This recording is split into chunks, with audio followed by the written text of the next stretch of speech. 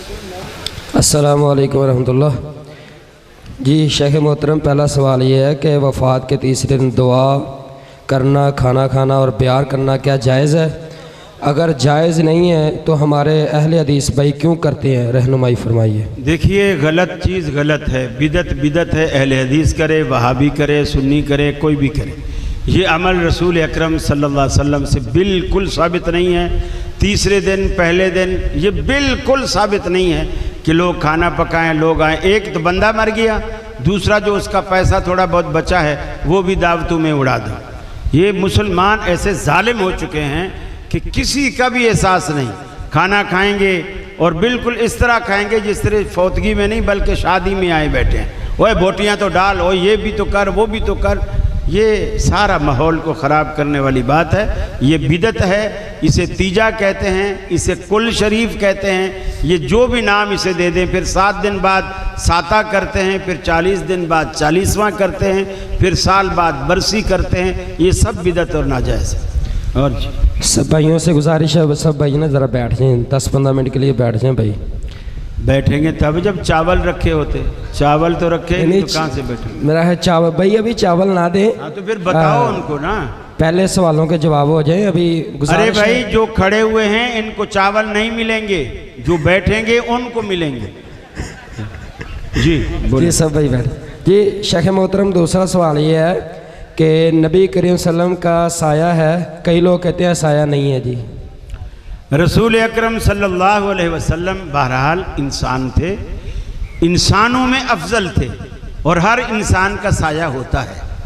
مسند احمد میں روایت ہے، رسول اکرم صلی اللہ علیہ وسلم کی گھر والی حضرت میمونہ رضی اللہ تعالی عنہ، آپ ان سے کسی بات پہ، ایک بات تھی، وہ تفصیل ہے لمبی، میں اس میں نہیں جانا چاہتا، کسی بات پہ آپ ناراض ہوئے اور آپ نے فرمایا میں 1 مہینے تک تیرے گھر میں نہیں آؤں گا۔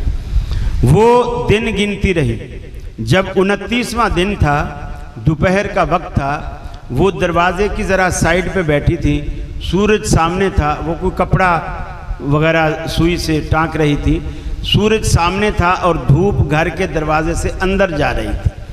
تو وہ کہتی ہے آج 29واں دن تھا، میں نے اپنے گھر کے دروازے میں پہلے انسانی سایہ اندر آتے ہوئے دیکھا، پھر میں حیران رہی کہ رسول اللہ صلی اللہ علیہ وسلم کو تو ابھی 1 دن باقی ہے، چونکہ آپ نے کہا تھا میں 1 مہینہ نہیں آؤں گا، تو ابھی تو 29 دن ہوئے ہیں، تو وہ تو آ نہیں سکتے، تو پھر یہ کون ہوگا؟ میں ابھی ایسا سوچ ہی رہی تھی کہ رسول اللہ صلی اللہ علیہ وسلم اندر داخل ہوئے، یعنی پہلے آپ کا سایہ داخل ہوا، پھر رسول اکرم صلی اللہ علیہ وسلم خود داخل ہوئے۔ نبی کریم صلی اللہ علیہ وسلم نے فرمایا کہ یہ جو نماز تہجد تھی، شیطان آگ لے کر کے آیا۔ آپ نے فرمایا میں نے 2-3 دفعہ اس کو پکڑنے کی وہ آگے آتا تھا آگ لے کر، میں ہاتھ بڑھا کر اس کو پکڑنے کی کوشش کرتا تھا اور پھر وہ پیچھے بھاگ جاتا تھا، اور وہ اس آگ کی روشنی اتنی تھی کہ فرمایا اس میں رأیت ظلی و ظلکم، صحابہ کرام سے کہا کہ میں نے اس میں اپنا اور تمہارا سایہ دیکھا۔ اور ایک روایت میں آتا ہے رسول اکرم صلی اللہ علیہ وسلم نے فرمایا مجھے جنت اور دوزخ دکھائی گئی، اور دونوں چیزیں دکھائی گئی۔ جب دوزخ دکھائی گئی تو اس آگ کی جب روشنی ہوئی اس میں بھی آپ نے یہی الفاظ فرمائے رأیت ظلی و ظلکم، میں نے اپنا اور تمہارا سایہ اس کی روشنی میں دیکھا۔ اب اللہ کے رسول خود فرماتے ہیں کہ میرا سایہ ہے، اور یہ بات عقل کے بھی خلاف ہے کہ ایک ہستی آدم کی اولاد ہو، آدم کا بیٹا ہو، اور اس کا سایہ نہ ہو۔ ارے آپ اس کے سائے کی بات کرتے ہیں، اللہ رب العالمین کے پیغمبر نے فرمایا سبعۃ یظلھم اللہ فی ظلہ یوم لا ظل الا ظلہ۔ کچھ علماء اس کا ترجمہ عرش کا سایہ کرتے ہیں، حالانکہ حدیث کے ان الفاظ میں عرش کا دور دور تک اشارہ نہیں۔ جس دن کائنات میں کوئی سایہ نہیں ہوگا سوائے اللہ کے سائے کے، کوئی سایہ نہیں ہوگا سوائے اللہ کے سائے کے۔ آپ نے پیغمبر کو اللہ سے بھی بڑا بنا دیا، اللہ سے بھی بڑا بنا دیا، اور بعض علماء اس کا ترجمہ عرش کرتے ہیں، لیکن اگر عرش بھی کریں تو بھی رسول اکرم صلی اللہ علیہ وسلم نے اپنی ذات کے حوالے سے سایہ کا ذکر کیا کہ میرا سایہ ہے، میں نے خود دیکھا ہے، میں نے خود دیکھا ہے اپنا سایہ، اللہ کے رسول نے فرمایا۔ تو یہ چیزیں بلا دلیل، اعتراض کرنے والے کو چاہیے پہلے حدیث پیش کرے کہ جی فلاں حدیث میں ہے اللہ کے رسول کا سایہ نہیں تھا. یہ کہ جی ہماری مسجد کا مولوی کہتا ہے، محلے والا کہتا ہے، وہ برف والا کہتا ہے، وہ بریانی والا کہتا ہے، کلفی والا کہتا ہے، یہ دین کے مسائل اس طرح حل نہیں ہوتے. آپ پہلے دلیل پیش کریں، پھر آپ پوچھیں کہ جی حدیث میں ہے تو سایہ نہیں تھا، تو آپ لوگ سایہ مانتے ہو، آپ کے پاس کیا دلیل؟ پھر ہم جواب نہ دیں تو ہم مجرم ہیں.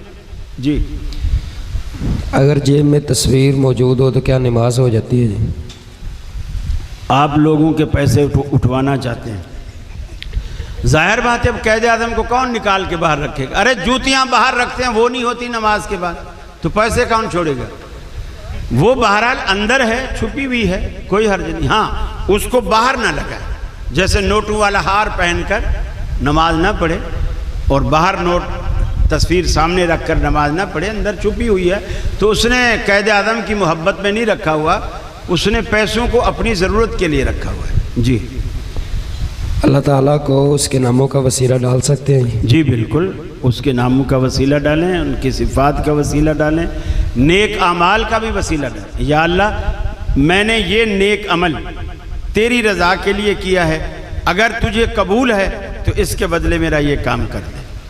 جیسا وہ 3 بنی اسرائیل کے جو 3 لوگ تھے غار میں جا چھپے تھے، انہوں نے اپنی اپنی تینوں نیکیوں کا وسیلہ پیش کیا اور اللہ تعالیٰ نے اس چٹان کو ان کے غار کے منہ سے ہٹا دیا. جی بدعت کی جامع تعریف کیا ہے؟ اسپیکر جو ہے، اس طرح کی چیزیں، پنکھے وغیرہ، بدعت کیا ہے؟ ہر وہ چیز بدعت ہے جس کے کرنے کو آپ ثواب سمجھیں اور اس کا ثواب ہونا شریعت سے ثابت نہ ہو. ہر وہ چیز بدعت ہے جس کو آپ گناہ سمجھ کر چھوڑیں لیکن اس کا گناہ ہونا شریعت سے ثابت نہ ہو. ہم نے سپیکر اس لیے نہیں لگایا کہ اگر میں سپیکر لگا کے تقریر کروں گا تو میرا ثواب 4 گنا بڑھ جائے گا، ہم نے اس لیے نہیں لگایا. میں نے اگر چشمہ لگایا ہے تو اس لیے نہیں لگایا کہ چشمہ لگا کر اگر تقریر کروں گا تو مجھے 4 جلسوں کا ثواب ملے گا، ایسا نہیں. ہاں جس دن میں یہ کہوں کہ اسپیکر کے بغیر نماز نہیں ہوتی، اب آپ پوچھیں گے حضرت اس کی دلیل کیا ہے؟ آپ نے کہا اسپیکر کے بغیر نماز نہیں ہوتی، اس کی دلیل کیا ہے؟ گویا آپ نے تو اسپیکر کو نماز کو لازم ملزوم بنا دیا. اب میرے اوپر دلیل بنتی ہے. اب اگر میں یہ دعویٰ کر کے اسپیکر میں نماز پڑھاؤں، یہ یقیناً اسپیکر بدعت میں آئے گا. اگر چشمے سے نماز پڑھاتے ہوئے ثواب بڑھنے کی امید رکھوں جو شریعت میں نہیں ہے تو پھر وہ بدعت میں آئے گا. جب تک آپ ثواب نہیں سمجھتے اور بدعت کے جتنے کام ہیں آپ ان سے پوچھیں یہ ثواب ہے یا گناہ ہے. مثلا اگر مرنے کے بعد وہ کھانا پکا رہے ہیں تو پوچھو ان سے ثواب کے لیے ہے یا گناہ کے لیے؟ کیا جواب ملے گا؟ ثواب کے لیے. اب دلیل چاہیے، اب اس کے ثواب ہونے کی دلیل چاہیے. قبر پہ کھڑا ہوا کوئی اذان دے رہا ہے، وہ ثواب کے لیے دے رہا ہے یا گناہ کے لیے دے رہا ہے؟ ثواب کے لیے. اب اس کی دلیل چاہیے. آسان ہے معاملہ، بالکل آسان. جی کئی لوگ قوالی سننا عبادت سمجھتے ہیں. سمجھتے رہیں، ان سے پوچھیں، ہم تو نہیں سمجھتے. ہم میری بات اگر پوچھیں نا، سچی بات ہے، میں قوالی سے بہتر گانے کو سمجھتا ہوں. قوالی سے بہتر گانا. دونوں برے ہیں لیکن گانا کم برا ہے. گانے سے صرف گناہ ہوتا ہے، قوالی سے شرک بھی ہوتا ہے اور وہ سب سے بڑا گناہ. جب وہ قوال گا رہا ہوتا ہے، بھر دو جھولی میری یا محمد، لوٹ کر میں نہ جاؤں گا خالی، یہ کیا ہے؟ پورے کا پورا شرک. نور جہاں کم از کم گانا گاتی ہے تو شرک تو نہیں کرتی. ہاں وہ گانا اس کا بھی شرک ہے. اے مولا علی اے شیر خدا میری کشتی پار لگا دینا، یہ وہی قوالی کے زمرے میں آئے. تو آپ یہ نہ دیکھیں کہ کون قوالی کرتا ہے، چونکہ مزاروں پہ ہوتی ہے اور لہٰذا کر لیا جائے. مزاروں پہ بہت کچھ ہوتا ہے، بہت کچھ ہوتا ہے.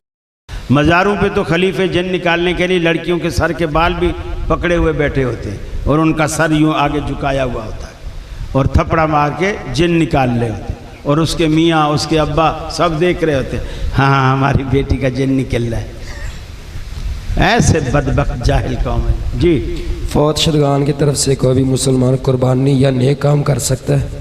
جی، صدقہ، مالی صدقہ کوئی بھی مرنے والے کی طرف سے آپ کر سکتے ہیں، بشرطے کہ مرنے والا توحید پہ فوت ہوا ہو۔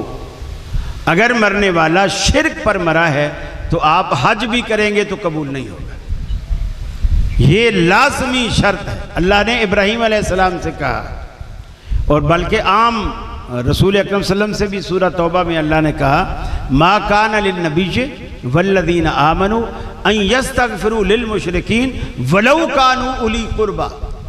نہ کسی نبی کے لیے نہ کسی مسلمان کے لیے ہم نے یہ جائز نہیں رکھا کہ وہ کسی مشرک کے لیے بخشش کی دعا کرے، وہ چاہے اس کا کتنا ہی قریبی کیوں نہ ہو۔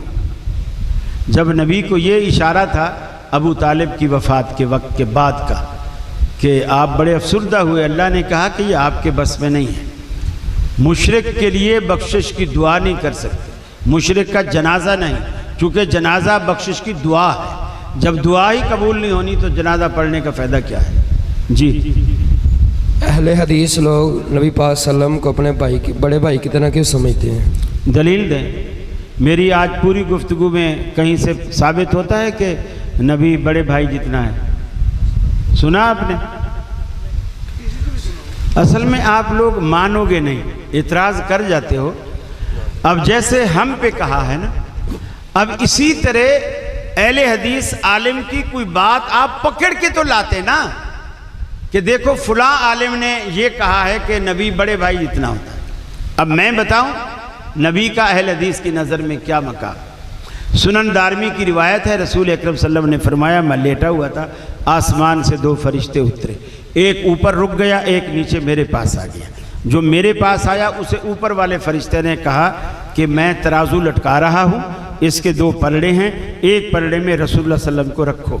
نیچے والے فرشتے نے رسول اللہ صلی اللہ علیہ وسلم کو ایک پلڑے میں رکھا، آپ نے فرمایا دوسرے پلڑے میں کسی اور کا رکھا، اس کا حدیث میں نام نہیں ہے۔ اوپر والے نے اس کا دستہ پکڑ کے اوپر کو اٹھایا، آپ فرماتے ہیں میرا پلڑا وزن کی وجہ سے زمین پہ ٹکا رہا اور دوسرا پلڑا فوراً اٹھ گیا۔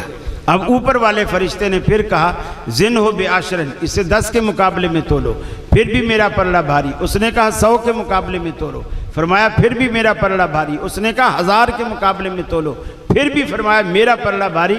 اب نیچے والے فرشتے نے اوپر والے سے کہا اے بھائی تو کیا کس ہستی کا کن لوگوں کے ساتھ وزن کراتا ہے، کبھی 1 کے مقابلے میں، کبھی 10 کے، کبھی 100 کے، کبھی 1000 کے؟ واللہ لو وزنتہ بامتہ لرجعھا، اللہ کی قسم اگر دوسرے پلڑے میں پوری کائنات بھی رکھ دے گا پھر بھی آمنہ کے لال کا پلڑا بھاری رہے گا۔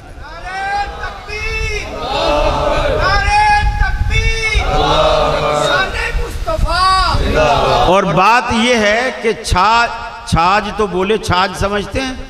گھروں میں عورتیں گندم اس سے صاف کرتی ہیں، ہاں کہتے چھاجتے بولے تو چھلنی کیوں بولے جنہوں آپ نو خود 1000 سوراخ ہے۔ اور تم نے تو امام ابو حنیفہ رحمت اللہ علیہ جتنا بھی نبی کو نہیں سمجھا اور الزام ہم پہ لگاتے ہو۔ تمہارے سامنے حنفی نماز پیش کی جائے اور محمدی نماز پیش کی جائے، ایمانداری سے بتاؤ کس کی نماز پڑھو گے؟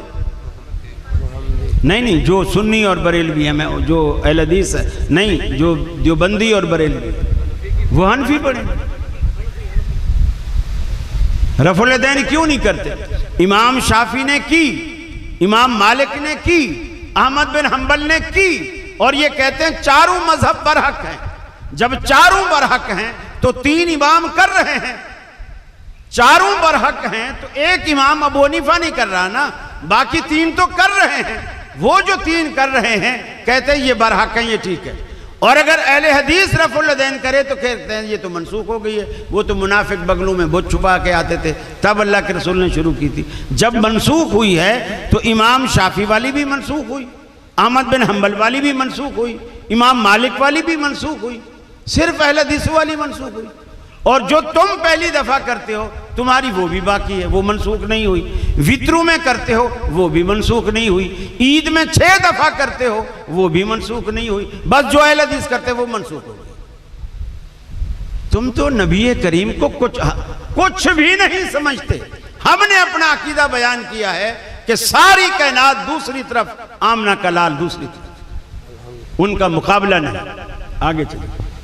کیا جنازے کے بعد وہیں پہ کھڑے ہو کر ہاتھ اٹھا کے دعا کرنا ثابت ہے کیا؟ قبر پر نہیں جنازے کے بعد سنت نہیں ہے، قبر پر سنت ہے۔ دفن کے بعد اللہ کے رسول دعا کیا کرتے تھے، آپ بھی کریں۔ اصل میں یہ لوگ جنازے کے بعد کیوں کرتے ہیں؟ یہ لوگ جنازے کے بعد کیوں کرتے ہیں؟ اس لیے کرتے ہیں یہ جنازے میں کچھ نہیں پڑھتے، یہ جنازے میں کچھ نہیں پڑھتے۔ واللہ آپ دیکھیں 1 منٹ 1.5 منٹ کے اندر ان کا جنازہ ختم ہو جاتا، اسی لیے یہ جہری بھی نہیں پڑھتے، ان کو دعائیں بھی نہیں آتی۔ نبی کریم نے جو جنازے میں دعائیں پڑھی ہیں نا، ان کو وہ دعائیں بھی نہیں آتی ہیں۔ مولوی کو چونکہ کچھ آتا نہیں ہے، اب وہ جنازہ تو جیسے تیسے اللہ اکبر اللہ اکبر اللہ اکبر 4 تکبیریں کہہ کے السلام علیکم ورحمۃ اللہ، اب وہ 4 پہی کے پاس کھڑے ہو کر اب پنجابی میں دعا مانگ رہے ہیں۔ عربی کی دعائیں آتی نہیں، اب پنجابی میں دعائیں مانگ رہے ہیں۔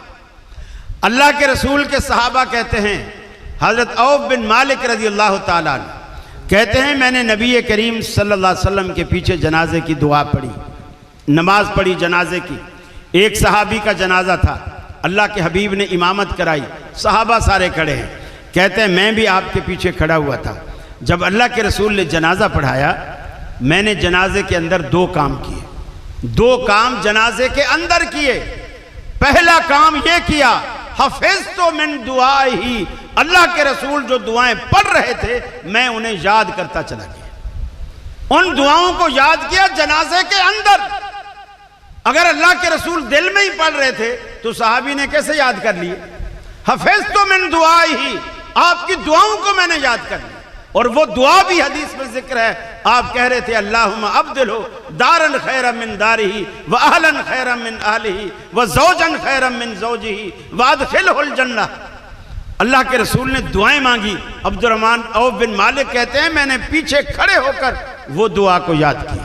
پھر اللہ کے رسول رو رو کر اتنی رقت سے دعائیں مانگ رہے تھے کہ دوسرا کام جو میں نے جنازے میں کیا وہ اللہ سے یہ تمنا کی کاش اس میت کی جگہ میری میت ہوتی اور اللہ کے رسول یہ دعائیں میرے لیے کرتے۔ یعنی اللہ کے رسول نے اتنی اخلاص کے ساتھ دعائیں مانگی ہیں کہ پیچھے کھڑے ہوئے تمنا کر رہے ہیں کاش اس میت کی جگہ ہم ہوتے، چونکہ انہیں یقین ہو گیا تھا کہ یہ بندہ ضرور بخشا جائے، اس لیے کہ آپ نے دعائیں ایسی گہری کی کہ انہیں یقین تھا کہ یہ بخشا جائے گا۔ وہ تمنا کر رہے کاش اس میت کی جگہ ہماری میت ہوتی۔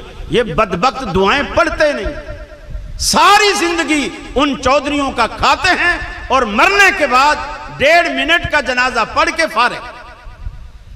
کتنے ظلم کی بات۔ اللہ کے حبیب نے فرمایا مرنے والا زندوں کی کسی چیز کا محتاج نہیں ہوتا، نہ چاولوں کا، نہ ڈبل روٹی کا، نہ روٹی کا، نہ 40ویں کا، نہ 30ویں کا۔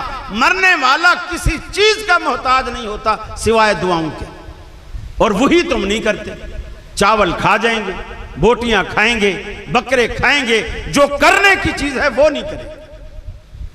جی میت کو دفنانے کے اب اور سوال نہیں لا، بس اور نہیں لا، چلو جی۔ میت کو دفنانے کے بعد جو 3 دن دریاں بچھا کے اکٹھ کر کے بیٹھ جاتے ہیں، کیا ثابت ہے یہ؟ اصل میں غم ثابت ہے، 3 دن تک غم ثابت ہے، لیکن غم آپ کو کام سے نہیں روکتا۔ اس غم کا یہ مطلب ہرگز نہیں ہے کہ آپ دکان نہ کھولیں، آپ باہر نہ جائیں، کام پہ نہ جائیں۔ صرف ہمارے محلے میں، برادری میں، ایک معاشرے میں رواج بن چکا ہے، اگر کسی کا باپ فوت ہوا ہو اور وہ دوسرے دن دکان کھول کے بیٹھا ہو، سارا محلہ ملامت کرے گا کیسا بدبخت ہے، باپ کا تو اسے افسوس ہی نہیں ہے، کل باپ مرا ہے اور آج دکان کھول کے بیٹھا ہوا ہے۔ اگر اس کا کمانے والا وہی باپ تھا اور روز کما کے لاتا تھا، یہ لوگ روز کھاتے تھے، اگر بیٹا دکان پہ نہیں جائے گا یا مزدوری پہ نہیں جائے گا تو وہ کھائے گا کہاں سے؟ اس کے گھر والے کہاں سے کھائیں گے؟ محلے والے تو الٹا کھانے کو آئے ہوئے، بجائے دینے کے الٹا کھانے کو آئے ہوئے۔ باقی 3 دن تک کیا پورا سال بھی جب بھی کسی کی کوئی ملاقات ہو، کبھی بھی کہیں بھی ملاقات ہو، وہ تعزیت کر سکتا ہے۔ اور آج کل تو بڑا آسان ہے، موبائل فون ہے، ان کے ذریعے بھی آپ تعزیت کر سکتے ہیں، اور جب اللہ تعالیٰ ملاقات کرائے تو آپ جب بھی تعزیت کر سکتے ہیں۔ تو اس کے لیے ضروری نہیں ہے کہ آپ پتھارا لگا کے بیٹھیں اور گھروں میں 4 پائیاں الٹی کر دیں، ہنڈیاں الٹی کر دیں، یہ غم کا نقشہ۔ ہاں اگر بیوہ عورت ہے تو اس کے لیے 4 مہینے 10 دن یہ سب سے غم کی سب سے زیادہ مدت ہے، 4 مہینے 10 دن، لیکن بیوہ عورت کے لیے، مردوں کے لیے نہیں، اور عام عورتوں کے لیے بھی نہیں۔ مطلقہ عورت کے لیے بھی 3 مہینے یعنی 3 طہر، 3 حیض کہہ لیجئے، اور اسی طرح بیوہ کی سب سے زیادہ ہے، کھلا والے کے لیے 1 مہینہ۔ لیکن یہ جو غم کی صورت بھی ہے، اور یہ بھی صورت ہوتی ہے کہ اگر عورت کے پیٹ میں کچھ آئے تو اس عرصے میں وہ بھی ظاہر ہو جائے۔ جی آگے چلیے۔ دودھ بیچنے والے جب بھینسوں والوں سے خود دودھ لیتے ہیں تو 1000 گرام کے حساب سے لیتے ہیں، لیکن جب آگے بیچتے ہیں تو 800 گرام کے حساب سے بیچتے ہیں۔ ظاہر بات ہے، یہ ڈنڈی مار رہے، حرام، اپنی روزی کو حرام کر رہے ہیں۔ رسول اکرم صلی اللہ علیہ وسلم نے دیکھو، کم تولنا، کم دینا، کم ماپنا، یہ بہت بڑے جرم کی بات۔ قوم سمود میں یہی بیماری تھی، اور اللہ رب العالمین نے ان پر عذاب نازل کیا۔ یہ کم تولنا، کم ماپنا، کم پیمائش کرنا، کم دینا، پیسے پورے لینا۔ اب وہ پیسے 1000 کلو گرام کے لیتے ہیں، اور اسی طرح بعض کمپنیاں بھی بے ایمانی کرتے ہیں، چھوٹا سا نیچے وزن بالکل چھوٹا سا کر کے لکھیں گے، اور باقی آپ کو یہی دھوکہ ملے گا کہ اس میں 1 پاؤ ہے، اس میں اتنا ہے، اس میں اتنا ہے، وہ چھوٹا سا وزن لکھا ہوگا اور وہ پڑھا بھی نہیں جائے گا۔ یہ سب دھوکے ہیں اور روزی کو حرام کرنے والی بات ہے۔ اور جب روزی حرام ہو جاتی ہے، نماز، روزہ، حج، زکوٰۃ تو دور کی بات ہے، آپ کی دعا تک قبول نہیں ہوتی، دعا بھی قبول نہیں ہوتی۔ اور اس سے ہوتا کیا ہے، آپ حرام سے، آپ سمجھتے میں نے پیسے زیادہ جمع کر لیے، آپ کی برکت ختم۔ برکت کیسے ختم ہو گئی؟ پہلے جب آپ حلال کماتے تھے 100 روپے میں بھی پوری پڑ جاتی تھی، اب آپ 1000 کماتے ہیں بے ایمانی سے تو 1000 بھی آپ کو کم پڑتا ہے۔ گھر میں سارے بیمار، بچے بیمار، بیوی بیمار، ابھی آپ باہر نکلے، جی پیچھے فون آ گیا، بیگم کا بچہ سیڑھی سے گر گیا، ٹانگ ٹوٹ گئی ہے۔ اب ڈاکٹر کے پاس گئے تو ڈاکٹر نے کہا کہ یہ تو 25,000 روپیہ خرچ آئے گا، تو میں آپریشن کروں گا، باقی معاملہ بعد کا ہے، آپریشن کے بعد پتہ چلے گا کیا ہے۔ تو یہ وہ حرام پھر پنپتا نہیں ہے، اس میں برکت نہیں ہوتی۔ اور حلال والے کو اللہ ایسی بیماری ہی نہیں لگاتا کہ اس کو پیسے کی ضرورت پڑے۔ معمولی کبھی سر درد ہو بھی گیا، راہ چلتے ہوئے راستے سے پان والی دکان سے پوسٹان کی ایک گولی 1 روپے کی لیتا ہے، پانی کے ساتھ کھا کے گھر جا کے سو جاتا ہے، گھنٹے 2 گھنٹے کے بعد حشاش بشاش اٹھتا ہے۔ اللہ تعالیٰ اس کی بیماری بھی اتنی معمولی لگاتا ہے جو 1 روپے میں اس کا علاج ہو جاتا ہے۔ جی آخری سوال یہ ہے کہ جلسے میں نعرہ تکبیر کہنا کیا نبی پاک صلی اللہ علیہ وسلم یا صحابہ سے ثابت ہے؟ بالکل ثابت نہیں ہے، نہ نبی کریم صلی اللہ علیہ وسلم سے ثابت ہے، نہ صحابہ سے ثابت ہے۔ یہ صرف لوگوں کا کلچر ہے، اور یہ کلچر پنجاب میں بہت زیادہ ہے۔ مجھے تو اس سے بھی خاص چڑ ہے جو جلسے میں بیٹھ کر تقریر نہیں مولوی کو کرنے دیتے، سبحان اللہ سبحان اللہ۔ وہ آدمی پریشان ہو جاتا ہے کہ میں بولوں تو کیا بولوں۔ تو شکر ہے آج آپ نے کچھ رعایت کی ہے، ورنہ تو بلکہ پنجاب کے علماء تو کہلواتے ہیں، اور زور سے بولو، لگتا ہے میں کوئی قبرستان میں تقریر کر رہا ہوں، آواز ہی نہیں آ رہی، اور اونچی بولو، ذرا گھوم کے بولو، ذرا جھوم کے بولو، وہاں سے آواز نہیں آئی، یہاں سے آواز نہیں آئی۔ یہ نبی کریم صلی اللہ علیہ وسلم کا انداز نہیں تھا۔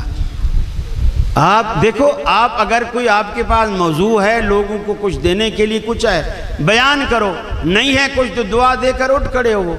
اپنا وقت کیوں پورا کرتے ہو کہ انتظامیہ نے جی 1 گھنٹے کا وقت دیا ہے، اب اس کو کسی نہ کسی طرح کپانا ہے، سبحان اللہ کہلوا کر، یہ کہلوا کر، لطیفے سنا کر، قصے سنا کر، اور ٹک ٹاکر کہلا کر آپ کو سارا گمراہ کر کے چلے جائیں گے۔ اور کچھ جو بچیں گے بولیں گے جی حضرت ابو سفیان بھی چودھری تھا، فلاں بھی چودھری تھا، لو بھی یہ تقریریں ہو رہی۔ میرے بھائی اللہ کا خوف کرو اور اپنے عمل کو سنت کے مطابق کرو۔ جی یہ دعا کر دیجئے کہ حاجی منظور، حاجی اکبر، ملک اصغر یہ وفات پا چکے ہیں، تینوں ساتھی ان کے لیے دعا کر دیجیے گا سر۔